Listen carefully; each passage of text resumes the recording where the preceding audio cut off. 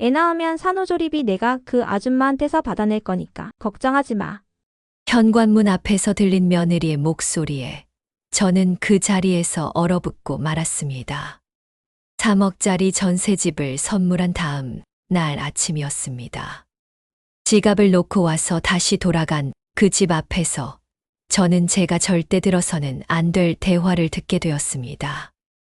여기 전세도 잘 구슬렸으니까 당신 명의로 돌려서 나중에 팔아버리면 되지. 그 순간 70년을 살아오면서 느껴본 적 없는 배신감이 온몸을 휩쓸었습니다. 안녕하세요. 저는 지금 70대 중반의 평범한 어머니입니다. 오늘 여러분께 제 이야기를 들려드리려고 합니다.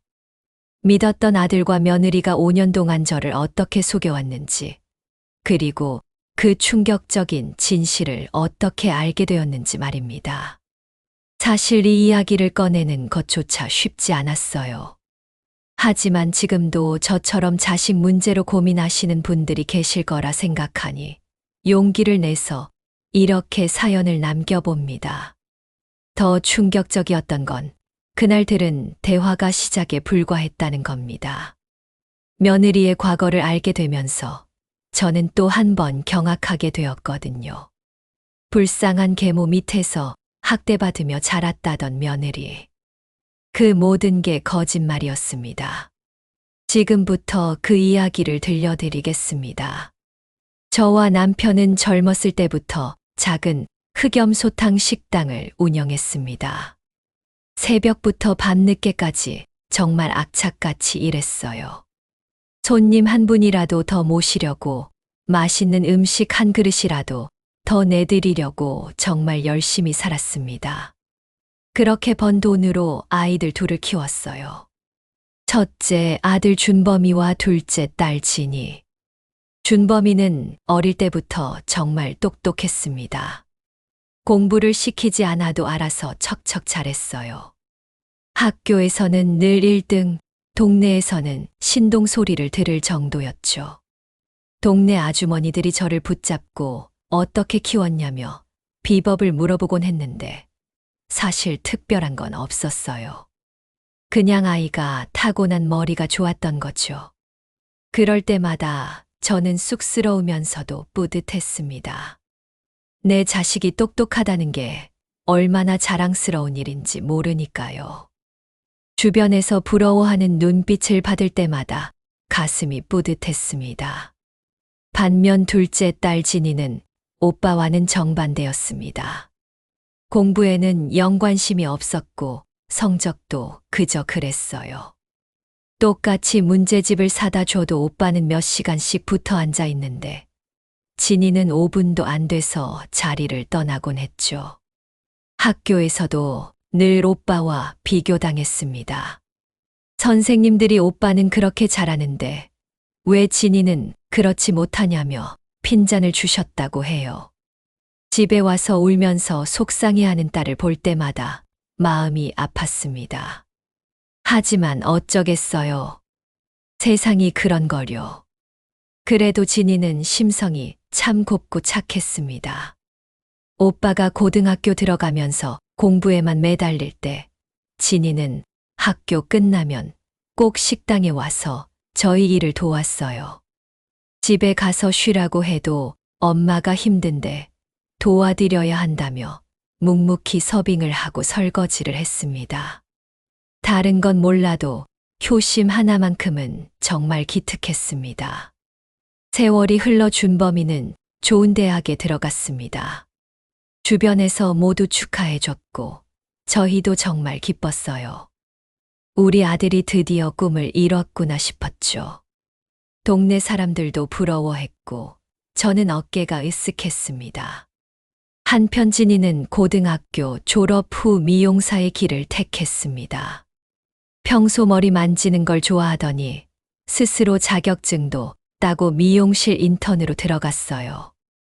주변에서는 대학도 안 가고 미용사나 한다며 은근히 안쓰럽게 보는 시선도 있었지만 진이는 개의치 않았습니다. 첫 월급을 받아온 날이 기억납니다. 진이가 봉투를 제 손에 쥐어주더라고요.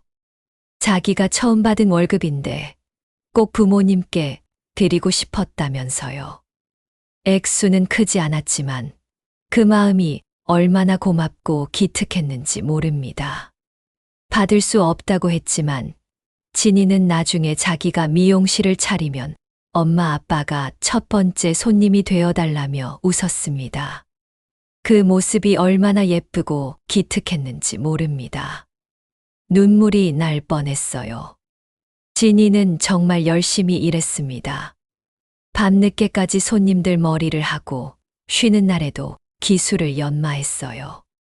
그 성실함 덕분에 몇 년 후엔 동네의 작은 미용실도 차릴 수 있게 되었습니다.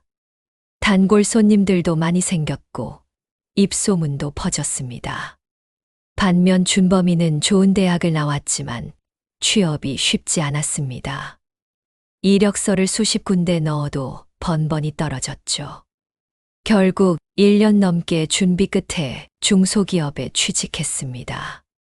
기대했던 것보다는 작은 회사였지만 그래도 취직했으니 다행이라고 생각했어요.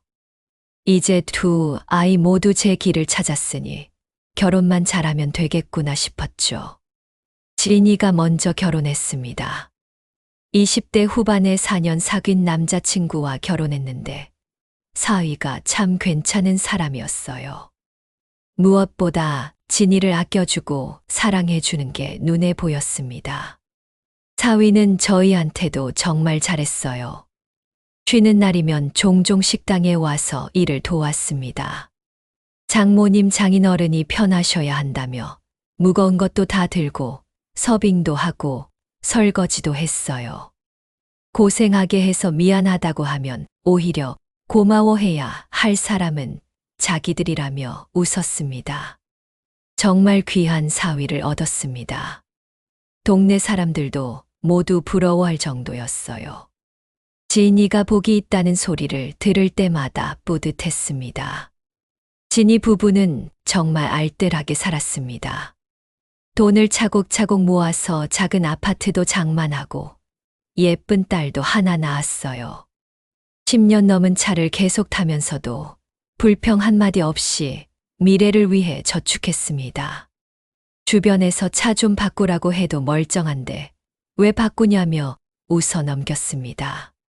무엇보다 저희한테 용돈도 꼬박꼬박 챙겨줬어요. 많은 돈은 아니었지만 그 마음이 너무 고마웠습니다. 명절 때는 꼭 선물도 챙겨왔고 저희 생일도 절대 잊지 않았습니다.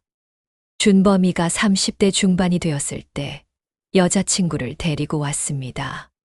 결혼하고 싶은 사람이라면서요. 첫인상은 정말 놀라웠습니다. 너무 예뻤거든요. 누가 봐도 미인이라고 할 만큼 외모가 출중했어요. 예쁘기도 하고 말도 잘하고 애교도 많았습니다. 첫인상은 정말 좋았습니다. 그런데 이야기를 나누다 보니 조금 특별한 사연이 있더라고요. 유리 씨의 친어머니는 유리 씨가 6살 때 돌아가셨다고 했습니다. 지금 어머니는 계모이고 여동생도 이복동생이라고 했어요. 그 말을 하면서 유리 씨 눈에서 눈물이 주르륵 흘렀습니다. 저희가 이렇게 따뜻하게 대해주시니까 너무 감격스럽다면서요. 어릴 때부터 계모한테 정말 많이 시달렸다고 했습니다. 항상 여동생만 챙기고 자기는 뒷전이었다면서 이렇게 따뜻한 밥상을 받는 것도 오랜만이라고 했어요. 그 모습을 보니 정말 가슴이 미어지더라고요. 어린 나이에 엄마를 잃고 계모 밑에서 자라며 얼마나 힘들었을까. 주변에서도 그런 이야기를 많이 들어왔기에 유리 씨가 너무 불쌍하고 안쓰러웠습니다. 결혼은 쉽게 허락했습니다. 하지만 한 가지 걱정되는 게 있었어요. 바로 상견례였습니다. 유리 씨가 평생 계모한테 학대받았다는데 상견례 때 무슨 일이라도 생기면 어쩌나 싶었거든요. 남편과 저는 잔뜩 긴장한 채로 상견례 장소에 갔습니다. 그런데 놀랍게도 상견례 장소에 나타난 분은 정말 고상하고 우아한 분이었습니다. 말투도 부드럽고 표정도 밝고 까탈스러운 구석이라곤 전혀 없었어요. 오히려 저희를 편하게 대해주시고 예비 사위도 훤칠하고 멋있다며 칭찬하셨습니다. 상견례는 정말 화기애애하게 끝났습니다. 집에 오는 길에 준범이한테 물었어요. 생각보다 안사돈께서 괜찮으신 분 같다고. 그랬더니 준범이가 유리 씨가 엄청 사정사정해서 제발 좀 조용히 넘어가자고 했다더군요. 원래는 안 저러시는데 어른들 만난다고 신경을 쓰신 거라고 했습니다. 그 말을 듣고도 저는 크게 의심하지 않았습니다. 그래도 어른들 만난다고 노력은 하시나 보다 정도로만 생각했죠. 지금 생각하면 그때부터 뭔가 이상했던 건데 전 눈치채지 못했습니다. 결혼 초반에는 다 괜찮아 보였습니다. 며느리도 애교도 많고 잘 따랐어요. 자주 집에 와서 반찬도 얻어가고 딸처럼 굴기도 했고요. 김치가 맛있다며 더 많이 해달라고 하고 다른 반찬도 챙겨달라고 했습니다. 저는 며느리가 저희를 잘 따르는 게 기특해서 열심히 반찬을 해서 챙겨줬어요. 그런데 시간이 지나면서 점점 뭔가 이상했습니다. 결혼한 지 얼마 안 됐는데 아들이 차를 바꿨더라고요. 저번 차도 산 지 얼마 안 됐는데 말이죠.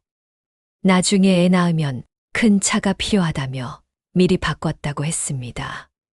아직 아이도 생기지 않았는데 벌써 차를 바꾸냐고 했더니 미래를 위한 투자라고 하더군요. 아파트 대출금도 갚아야 하는데 걱정이라고 했더니 괜찮다며 웃어 넘겼습니다. 철없다는 생각이 들었지만 그렇다고 이래라 저래라 제가 잔소리할 때는 아니라고 생각했어요. 이젠 한 가정을 꾸렸으니 알아서 판단하겠거니 생각했었고요. 어느 날은 저녁 먹으러 온다더니 차 안에 백화점 쇼핑백이 가득했어요. 오늘 백화점에서 쇼핑했냐고 물었더니 며느리가 이 정도는 기본이라고 했습니다. 요즘은 겉으로 보이는 게 중요한 시대라면서 다 세일해서 산 거라고 했어요. 알뜰살뜰하게 산 거라고 하더군요. 저는 속이 답답했습니다. 아무리 그래도 이렇게 돈을 쓰기만 하고 모으지는 않으니까요. 며느리의 네일샵도 자주 문을 닫았습니다. 요즘 몸이 좀 안 좋아서 그렇다고 했는데 제가 보기엔 손님이 없어서 그런 것 같았어요. 그런데도 명품백은 계속 늘어나고 옷도 계속 새 걸 입고 왔습니다. 이제 막 사회생활 시작한 것도 아니고 나이도 30대가 넘었는데 왜 이렇게 돈을 쓰기만 하고 모으지 않을까 싶어 답답할 때가 많았습니다. 한두 번 잔소리를 했더니 두 사람 다 정말 듣기 싫어하고 불편해하더라고요. 반면 진이 부부는 정말 살뜰하게 잘 살았습니다. 차도 결혼하기 전부터 타던 차를 내내 끌고 다녔어요. 아이가 태어나고 나서도 정말 알뜰하게 살았습니다. 아이 물품은 주변에서 주는 걸로 쓰거나 중고로 마련해서 사기도 하더라고요. 그런 모습들을 보면서 저희는 참 알뜰하게 잘 산다 싶었습니다. 한 번은 가족들이 다 모여 식사하는 자리가 있었습니다. 준범이 부부와 진이 부부, 그리고 저희. 준범이가 진이한테 10년 넘은 차를 언제까지 타고 다닐 거냐고 물었습니다. 이제 좀 바꿔도 되지 않겠냐고요. 진이 남편은 아직 멀쩡하게 잘 굴러가는데 괜히 새 차 살 필요 없다고 했습니다. 나중에 딸 대학 보내고 시집 보낼 때 집이라도 하나 해주려면 지금부터 모아야 한다고 했어요. 그러자 준범이가 진이가 미용실 하면서 버는 돈도 꽤 될 텐데 그렇게 모아서 뭐 하냐고 했습니다. 쓸 때 써야 한다면서요. 진이 남편은 그래도 장모님 장인어른께 용돈은 꼬박 드리고 있다며 웃었습니다. 그때 며느리가 끼어들었습니다. 요즘 미용실이 포화 상태라 다 안 된다던데 진이 미용실은 괜찮냐고 물었어요. 지인이가 다행히 단골 손님들이 많아서 괜찮다고 하자 며느리가 자기 네일샵은 손님이 없어서 문을 닫았다고 했습니다. 지인이가 언제 문을 닫았냐고 묻자 며느리는 그냥 다른 거나 해볼까 한다고 했어요. 그러면서 미용일이나 해볼까 하는데 가위 들고 싹싹 자르기만 하면 될 것 같다고 했습니다. 진이도 하는데 자기가 못할 것 없다면서 센스는 자기가 더 낫다고 했어요. 준범이도 거들었습니다. 며느리 보고 미용 배워보라고 하면서 손재주도 좋은데 진이보다 더 잘할 거라고 했습니다.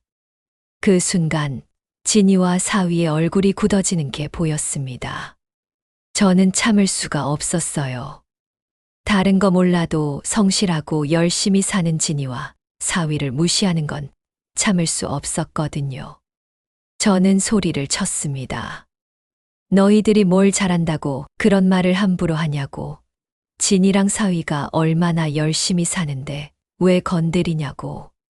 주말마다 와서 일 도와주고 용돈까지 챙겨주는데 너희는 명품 사고 차 바꾸면서 부모한테 1,000원이라도 줘본 적 있냐고 따졌습니다. 며느리가 화를 냈습니다. 저희가 뭘 어쨌다고 그러냐면서요. 준범이도 왜 그렇게 동생 편만 드냐며 불만을 터뜨렸습니다. 결국 둘은 자리를 박차고 나가버렸습니다. 그날 식사 분위기는 정말 엉망이었어요. 그 후로 한동안 연락이 끊겼습니다. 며칠 후 준범이한테 전화가 왔습니다. 유리가 임신했다는 소식이었습니다. 결혼 5년 만에 임신이었어요. 손주를 갖게 된다는 기쁨도 잠시, 다음 말을 듣고 저는 정말 기절할 뻔했습니다. 이사를 갔다는 거였어요. 그것도 월세로. 보증금 2,000에 월 80짜리 월세라고 했습니다. 저는 머리가 하얘지는 줄 알았습니다. 남들은 월세에서 시작해서 점점 넓혀 나간다는데 준범이네는 거꾸로 갔어요. 처음 작은 아파트에서 시작해 점점 줄어들며 반전세, 그리고 이제는 월세로. 결국 감당 못하고 계속 이사 다니는 꼴이 전부터 정말 마음에 안 들었는데 결국엔 월세까지 갔다고 하니까 제 입장에선 얼마나 속이 터지겠습니까? 그런데 며느리가 또 임신을 했다니요. 속이 무너지는 듯 했습니다. 그날 밤 남편과 밤새 고민했습니다. 손주가 태어나는데 월세에서 살게 둘 수는 없다고 남편도 걱정이 태산이었어요. 애 낳고 나면 유리도 일 못할 텐데 준범이 월급으로는 빠듯할 거라고 했습니다. 고민 끝에 저희는 결단을 내렸습니다. 전세집을 얻어주기로 한 거죠. 서울처럼 비싼 건 아니지만 지방 전세로 3억짜리 아파트였습니다. 그 얘기를 하자 준범이와 유리는 정말 좋아했습니다. 앞으로 정신 차리고 잘 살겠다고 정말 감사하다고 했어요. 저도 이제 정신 차리고 잘 살겠거니 생각했습니다. 입주하는 날 저는 청소도 도와주고 반찬도 가득 만들어서 냉장고에 넣어줬어요. 그리고 하룻밤을 그 집에서 보냈습니다. 아들 내외가 편하게 쉴 수 있는 집이 생기니 제 마음도 뿌듯하고 좋더라고요. 다음 날 아침 일찍 저는 조용히 집을 나가려고 했어요. 거실 테이블에 용돈 50만 원을 올려두고 말이죠.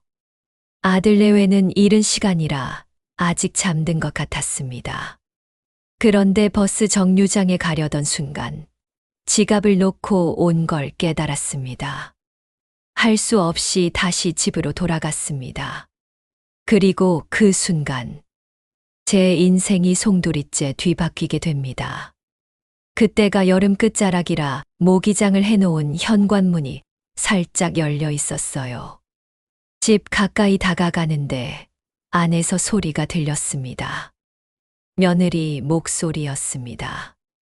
왜 자꾸 그 아줌마 얘기를 꺼내냐고. 자기는 그 아줌마 안 본다고 했다면서 화를 내고 있었어요. 준범이가 뭐라고 말하는 것 같았습니다.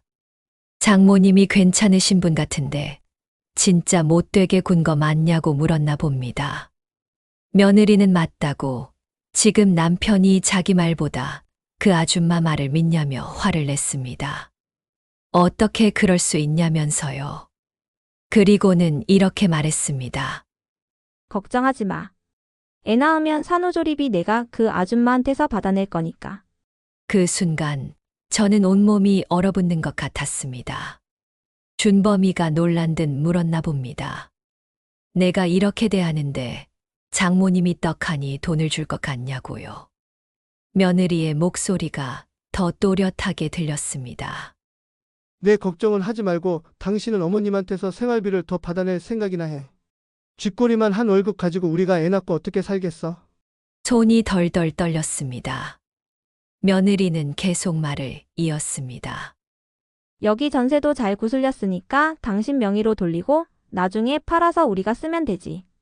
어차피 시부모 재산은 나중에 다 우리 거 아니야? 미리 받는 거지 뭐. 온몸에 소름이 돋았습니다. 3억을 선물한 다음 날 아침, 용돈까지 두고 나온 다음 날 아침에 들은 대화였습니다.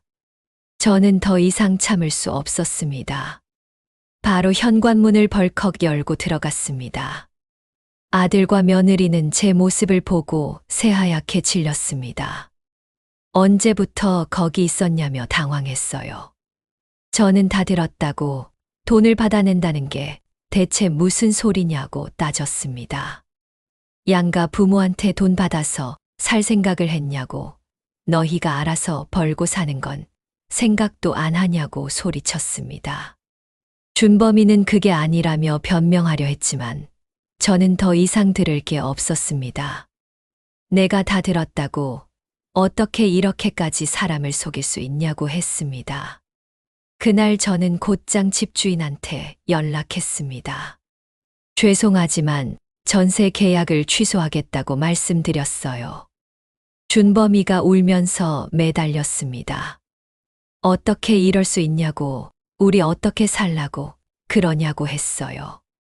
저는 냉정하게 말했습니다. 너희가 알아서 살아라. 다신 연락하지 말라고요.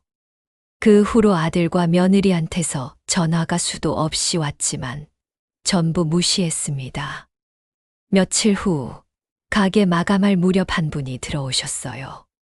유리의 계모 안사돈이었습니다. 늦은 시간에 여기까지 무슨 일로 오셨냐고 물었더니 안사돈은 한참을 말없이 계시다가 어렵게 입을 여셨습니다. 유리 얘기를 하러 왔다고 하셨어요. 그리고는 눈물을 흘리기 시작하셨습니다. 안사돈은 정말 죄송하다고 하셨습니다. 결혼할 때부터 진실을 말씀드렸어야 했는데 딸 생각에 차마 말을 못했다면서요. 저는 무슨 말씀이신지 몰라 어리둥절했습니다. 안사돈은 유리가 자기를 죽도록 미워했다고 하셨습니다. 결혼하는 그 순간까지도 한 번도 엄마라고 불러본 적이 없다고요. 항상 자기를 투명인간처럼 대했고 주변 사람들한테는 자기가 유리를 학대한다고 소문을 냈답니다. 그 바람에 이사를 수십 번도 더 다녔다고 하셨어요. 저는 믿을 수가 없었습니다. 안사돈은 계속 말씀하셨습니다. 작은 딸도 많이 당했다고요. 언니가 꼬집고 때리는 건 기본이고 한 번은 5살짜리 동생을 시장에 놔두고 온 적도 있었답니다. 처음엔 어린 나이에 엄마를 잃어서 자기를 받아들이지 못하는 거라고 이해하려 했대요. 크면 나아질 거라고 믿었다고 하셨습니다. 그런데 시간이 지날수록 더 심해졌답니다. 안사돈은 핸드폰을 꺼내셨어요. 그 안에는 욕설과 협박이 가득한 메시지들이 있었습니다. 빨리 가서 빌라는 메시지, 안 그러면 동생 회사 가서 다 뒤엎어 놓겠다는 메시지, 당장 돈 보내라는 메시지들이 가득했어요. 저는 말문이 막혔습니다. 안사돈은 결혼할 때 신혼집 마련한 것도, 네일샵 차릴 때 필요했던 돈도 전부 자기가 준 거라고 하셨습니다. 안 주면 동생을 괴롭힌다고 협박해서 어쩔 수 없이 줬다고요. 그러니까 지금까지 며느리가 말했던 못된 계모한테 학대받았다는 얘기는 전부 거짓말이었던 겁니다. 오히려 유리가 안사돈을 평생 괴롭혀온 거였어요. 안사돈은 눈물을 흘리며 말씀하셨습니다. 어른들한테는 불쌍한 척하면 동정받고 도움도 받으니까 그렇게 거짓말을 해온 거라고요. 정작 자기한테서는 계속 돈을 뜯어내면서 말이죠. 자식을 잘못 가르쳤다며 정말 죄송하다고 하셨습니다. 그날 밤 저는 잠을 이룰 수가 없었습니다. 지금껏 제가 알던 며느리가 정말 맞나 싶을 정도로 충격이었습니다. 온몸에 소름이 돋았어요. 결혼하던 날 흘렸던 눈물, 따뜻한 밥상에 감격했다던 그 모습, 계모한테 학대받았다며 울던 그 얼굴. 전부 연기였던 겁니다. 처음부터 끝까지 저희를 속이기 위한. 전셋집은 당연히 취소했습니다.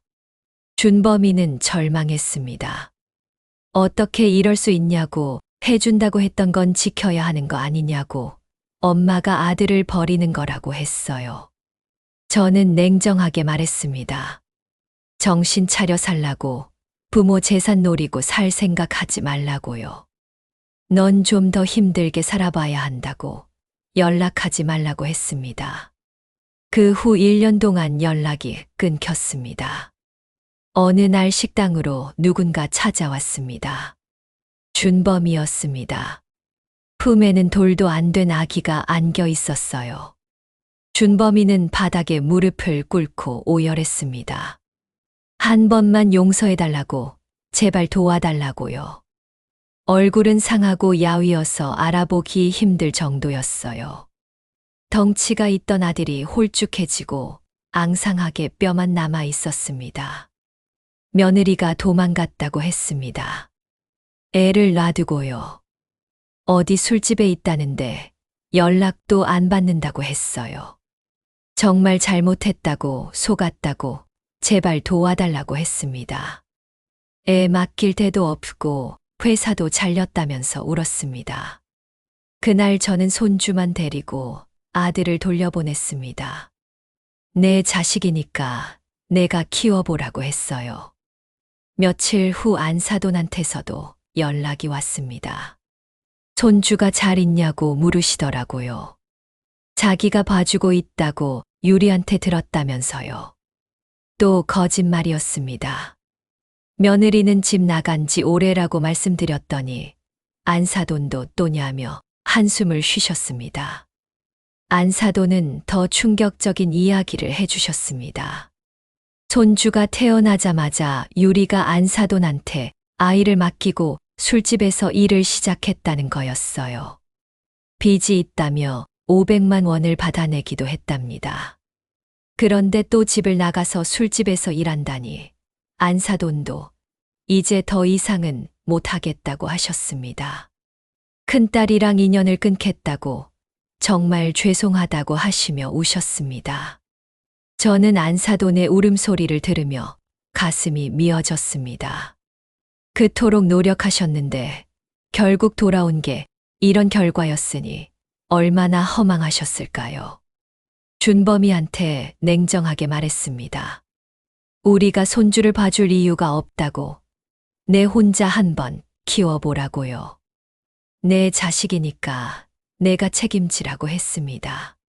그 후로도 준범이는 계속 연락을 해왔습니다. 며느리를 다시 찾았는지 셋이 사는 것 같더라고요. 하지만 저희는 손주가 3살이 될 때까지 아무 연락도 하지 않았습니다. 손주가 3살이 되자 다시 찾아왔습니다. 이번엔 며느리가 진짜로 사라졌다면서요. 애를 키워달라고 회사도 다녀야 하는데 어떻게 하냐고 매달렸습니다. 저는 냉정하게 말했습니다. 안 된다고. 내 자식이니까 내가 키우라고요. 너도 부모 노릇 해보라고, 얼마나 힘든지 느껴보라고 했습니다. 다신 찾아오지 말라고 했어요. 지금도 가끔 아들한테서 문자가 옵니다. 손주 사진과 함께요. 용서해달라고, 앞으로 잘하겠다고, 다시 봐달라고 하는 문자들이 옵니다. 그럴 때마다 마음이 흔들립니다. 남편은 말합니다. 이제 좀 받아주자고. 준범이도 많이 반성한 것 같다고요. 남자 혼자 아이 키우는 것도 쉬운 일이 아니고 손주도 불쌍하다면서요. 저는 남편한테 말합니다. 당신은 너무 약하다고. 쟤들이 지금까지 한 짓을 생각해보라고요. 남편은 그래도 엄마인데 손주도 생각해야 하지 않냐며 제가 너무 독하다고 합니다. 독하다니요. 쟤들이 저한테 한 짓이 더 독하죠. 그래도 남편은 이제 준범이도 많이 반성한 것 같다며 이쯤에 용서할 때도 됐다고 합니다. 앞으로 잘 키우고 잘 살겠다고 하잖냐면서요. 저는 모르겠습니다. 정말 받아줘야 하는 건지 아닌지요. 반면 진이네는 여전히 잘 지내고 있습니다. 주말마다 찾아와서 일도 도와주고 손녀는 제 어깨도 주물러 줍니다. 식당 일 그만하시라고, 매일 힘드시잖냐면서 걱정해줘요. 나중에 시집 갈 때까지 건강하시라고 합니다. 이렇게 행복한 시간을 보낼 때면 준범이도 이렇게 살았으면 좋았을 텐데 하는 생각이 듭니다. 70평생을 살아보니 알겠어요. 인생은 머리가 좋다고 잘 사는 게 아니더라고요. 성실하고 올바르게 사는 게 가장 중요하더라고요. 어릴 때 공부 잘한다고 모두가 부러워했던 아들은 지금 이 꼴이 됐고, 평범하다고 무시받았던 딸은 지금 정말 행복하게 잘 살고 있습니다. 사람 인생이라는 게 정말 알 수 없는 거구나 싶습니다. 지금도 저는 고민 중입니다. 아들을 받아줘야 할까요? 아니면 끝까지 선을 그어야 할까요? 여러분이라면 어떻게 하시겠어요? 저도 잘 모르겠습니다. 다만 한 가지 확실한 건 부모의 은혜를 당연하게 여기는 순간 자식은 더 이상 발전하지 않는다는 것입니다. 그리고 겉으로 보이는 것만 믿어서는 안 된다는 것. 사람은 오랜 시간을 함께 해봐야 진짜 모습을 알 수 있다는 것입니다. 며느리는 처음부터 끝까지 거짓말로 저희를 속였습니다. 불쌍한 척, 착한 척 하면서 실제로는 양가 부모의 재산을 노리고 있었던 거죠. 그 모든 걸 뒤늦게 알았을 때 배신감이란 말로 표현할 수가 없습니다. 지금도 가끔 준범이가 보낸 손주 사진을 봅니다. 정말 예쁘게 잘 컸어요. 부모 잘못 만나 고생하는 아이가 안쓰럽습니다. 하지만 제가 도와주면 준범이는 또다시 저를 의지하려 들 겁니다. 스스로 일어설 생각을 하지 않을 거예요. 그게 두렵습니다. 어쩌면 지금이 준범이가 정말로 변할 수 있는 마지막 기회일지도 모릅니다. 힘들게 살아보면서 부모의 소중함을, 돈의 소중함을, 책임감을 배워야 할 때인 거죠. 그래서 저는 아직도 마음을 굳게 먹고 있습니다. 하지만 손주 생각만 하면 마음이 약해집니다. 매일 밤 이 고민으로 잠을 설칩니다. 여러분도 자식 문제로 고민하고 계신가요? 때로는 냉정해질 필요도 있습니다. 진정한 사랑은 때로는 거리를 두는 것일 수도 있으니까요. 하지만 그 경계가 어디인지는 저도 잘 모르겠습니다. 지금까지 제 긴 사연을 들어주셔서 감사합니다. 한 사람의 그날이 누군가의 내일의 위로가 되기를 바랍니다.